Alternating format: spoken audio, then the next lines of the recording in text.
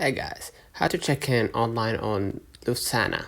Okay, you can check in online for a Lufthansa flight via the Lufthansa website or the Lufthansa app. They will send you an email, right?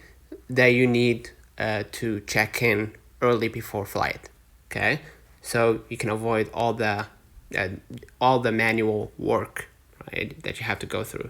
So go ahead to the Lufthansa app, hit add booking or check in, and enter the booking reference, first name and last name, and you're gonna be able to activate and add your online check-in in your Apple Wallet or in Google, or excuse me, an Android to Android Pay.